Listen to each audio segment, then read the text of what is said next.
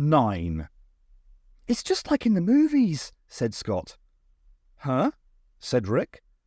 "You know, those movies where the kids know there's something weird going on, but the adults don't believe them." "I bet the doctor would believe us," said Thad. Scott rolled his eyes. "Yeah, but the doctor's not here, is he?" "Well, maybe we should go look for him then," Thad suggested. "Oh, great idea, Brainiac," said Scott scathingly. "That shouldn't take too long. There's only about 10 million places he could be." It was 45 minutes since Mr. Everson's disappearance. By the time Rick had managed to persuade his dad to break away from his work and come look at the hammer, it had long since ceased its weird light show. Rick had warned his dad about touching the thing, but Mr. Pirelli had just given him an exasperated look and picked it up anyway. And of course, nothing had happened. The hammer was just a hammer. "You be sure to give this back to Dwight when you see him," Mr. Pirelli said, and held it out to his son as if making a point. Rick looked at the hammer as if it was a poisonous snake, but then he stretched out a reluctant hand and took it. "The thing is, sir," Scott said hesitantly, "I don't think we will see him." Tony Pirelli fixed Scott with a look that made him squirm. "Really?" he said heavily. "So you think he's vanished into thin air too, huh?" Scott shrugged, too intimidated to respond. Thad said, "We know something's happened, Mr. Pirelli. We heard him cry out, but when we got here, he'd gone." "I see. So what's your theory, Thad? You think Dwight was maybe snatched by a pterodactyl that slipped through from the Twilight Zone?" His words were steeped in irony. Now it was Thad's turn to fall silent. Shaking his head, Mr. Pirelli said, "You know what I think? I think you guys have got a severe case of the Halloween heebie-jeebies." "That's not it, Dad," protested Rick. "We did hear Mr. Everson cry out, and when we got here 5 seconds later, he had gone. How do you explain that?" "Well, now, let's see," said Mr. Pirelli, smiling indulgently. "How's about Dwight was fixing up the lights when he caught his thumb a good one with the hammer. You guys heard him yell out, but by the time you got here, he'd scooted off to find himself a Band-Aid." The boys exchanged sceptical looks. "So what about all the other weird stuff that's been going down?" said Rick. Mr. Pirelli sighed. "Such as?" Rick glanced at Scott. "Dr. Clayton, for one." "What about Dr. Clayton?" "We heard he'd had an accident," said Rick. "We heard he was in the hospital and that no one was allowed to visit him." Tony Pirelli shrugged. "If that's true, then what's weird about it? People have accidents all the time." "Okay," said Rick. "Well, what about this mist? You can't say this is normal." "It's unusual, I'll give you that," his dad conceded. "But I'm sure if you asked a weather guy, he'd explain it to you like that." He clicked his fingers. The boys simply stared at him, unconvinced. Sighing again, Mr. Pirelli said, "Look, guys, I really haven't got time for this. I have to get back to work. And maybe you should too. Maybe it would help take your mind off things." He stomped off, and a few minutes later the boys followed him. Getting back to work hadn't helped take their mind off things, however. In fact, the more they talked about Dwight Everson's disappearance, the more convinced they became that strange forces were at work. Scott had just made his remark about there being a million possible places the doctor could be, when Rick said quietly, "You're not going to believe this, guys." Scott and Thad glanced at him, then followed the direction of his gaze. The gangly figure of the doctor was racing towards them out of the mist, the equally slim but shorter figure of his friend Martha at his heels. "Hey!" Rick shouted, spotting what the doctor was holding in his hand. "You found my book!" The doctor and Martha thumped to a stop. Martha was panting, but the doctor wasn't. Looking at Rick a little wildly, the doctor cried, "I need some iron!"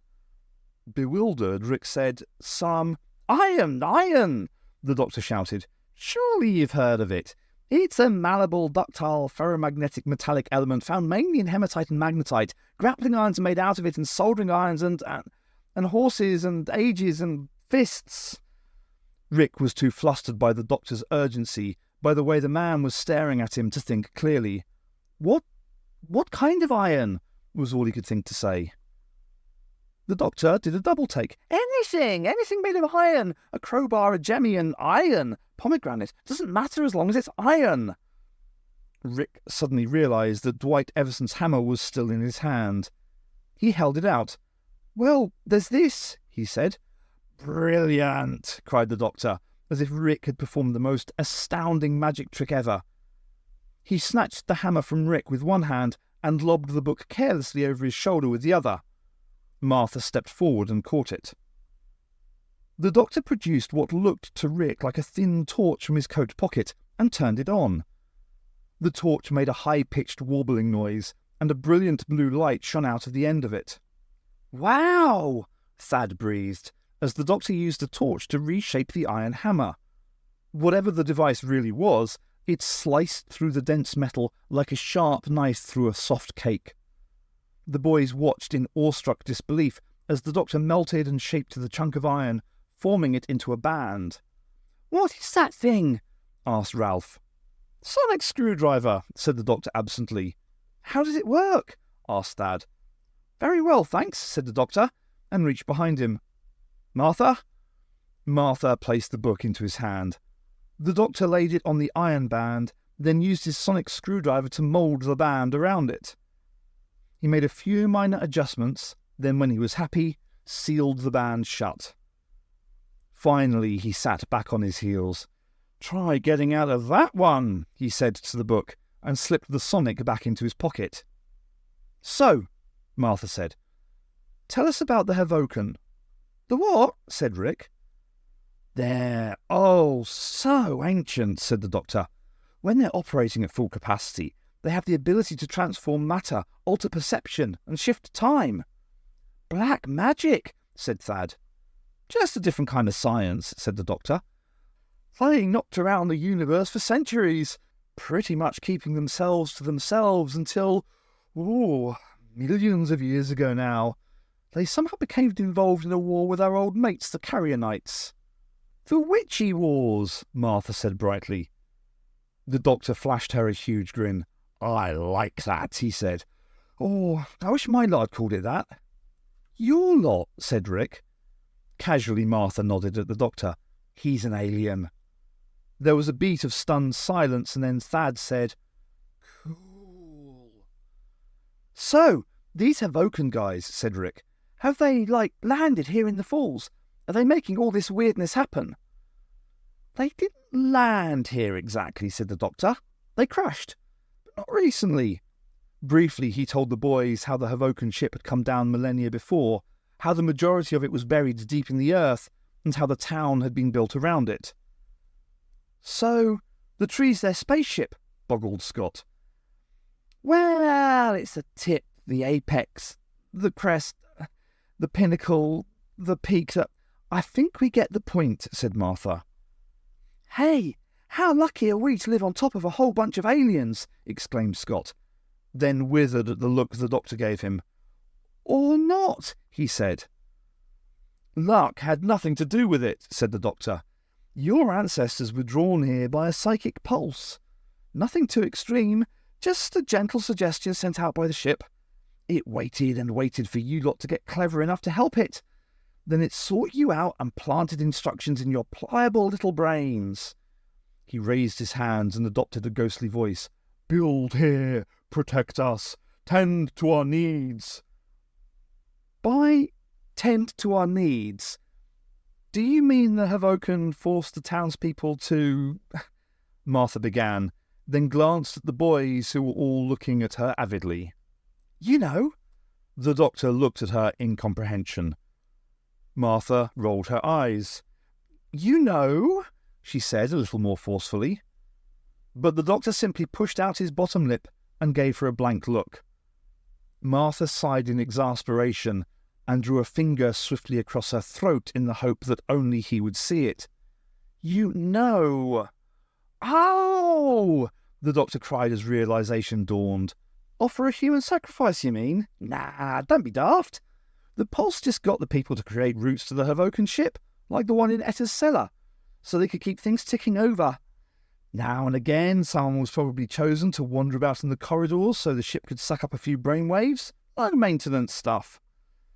"Ooh," said Martha. "Well, that doesn't sound too bad." "Nah, it wasn't really. Like I said, they're not exactly life and soul types, the Hovoken. They prefer to keep a low profile." "So, how come they've woken up now?" Rick asked. "Well, that's down to you lot. Couldn't keep your noses out, could you? Had to dig up old Nellie Necris here." He gave them a stern look. The boys looked back, suitably shamefaced. Then the doctor said airily, "To be honest, if it hadn't been you, it would have been someone else. It was all planned yonks ago. Alarm clock set, tea's made primed, eggs on the boil." "But why now?" Martha asked. "Why not now?" replied the doctor. "I'm guessing it's taken all this time for the ship to repair itself properly and the Necris to work its way to the surface. Plus, knowing the Hovoken, they'll have had to be the right configuration of planets and confluence of whatnots and all that palaver before they could rise again." He uttered these last two words in a convincingly blood-curdling Vincent Price voice. "So, what do the Hovoken want?" asked Thad. "Are they here to conquer and enslave humanity?" "Doubt it," said the doctor. "They probably just want to leave." "Well, that's all right then," said Martha. Then she saw the look on the doctor's face. "It's not all right, is it? There's a catch, isn't there?" "A bit of a one," the doctor conceded, waggling his head from side to side. "Go on then," sighed Martha. "Tell us the worst." Apologetically, the doctor said, "Thing is, to take off, the Hovoken ship needs—" He looked at the boys and raised his eyebrows. "Fuel," said Thad. "Caractamundo," the doctor replied before grimacing. "Oh, I promised myself I'd never say that again." He shook his head. "So yeah, their ship needs fuel. But the trouble is, the fuel it uses—" "Oh no," Martha said. "You're not going to say what I think you're going to say, are you?" "Depends what you think I'm going to say," replied the doctor. "It's people, isn't it?" said Martha. "They use people as fuel." Again that waggle of the head. "Well, yes and no. To be specific, they use negative emotional energy. Terror, pain, distress, that kind of thing, contained within the raw matter of blood, bone, brain and sinew. It's not very nice, but at least it's environmentally friendly." "I think I'm going to puke," said Scott. "How much of this raw material will they need?" asked Martha. "A lot," said the doctor, and his words suddenly seemed to ring ominously. "And when you say a lot, you mean—" "Ooh, round about the population of a small town like this, I'd say." "Great," said Martha. Then she thought of something and nudged the Necris with her foot. "But we've got their starter motor. Won't that scupper their plans?" The doctor wrinkled his nose. "Oh, I wish I could say yes. But us having the Necris won't stop them fueling up. They'll be planning something major." "What sort of something?" asked Rick. "Great big cull, I should think. Night of the Long Knives, death and disaster on a massive scale. You know, the kind of thing. And I'll give you 3 guesses when the fun and frolics will start." "Tonight?" ventured Thad. "At the Halloween Carnival?" "Character," began the doctor, then stopped. Less emphatically, he said, "That's right." "So what will they do?" asked Martha. "Cast spells? Hypnotise everyone into that mincing machine of a spaceship?" "Oh no, it'll be far nastier than that," the doctor said. "They want the terror, remember. The meat's no good without the flavour." "So what will they do?" asked Rick. "Launch an attack?" "I'd like to see him try," said Scott. "If we can get everyone ready—" "Shh," said the doctor rudely. "It won't be that either. The Hovoken might be big and scary, but they aren't physically strong. They'll use agents." He picked up the book and brandished it. "Just like they'll use agents to try and get this back." "What kind of agents?" asked Martha. "Like the leaves," said the doctor. "Like the cats." "Something wicked this way comes." He nodded grimly. "Exactly."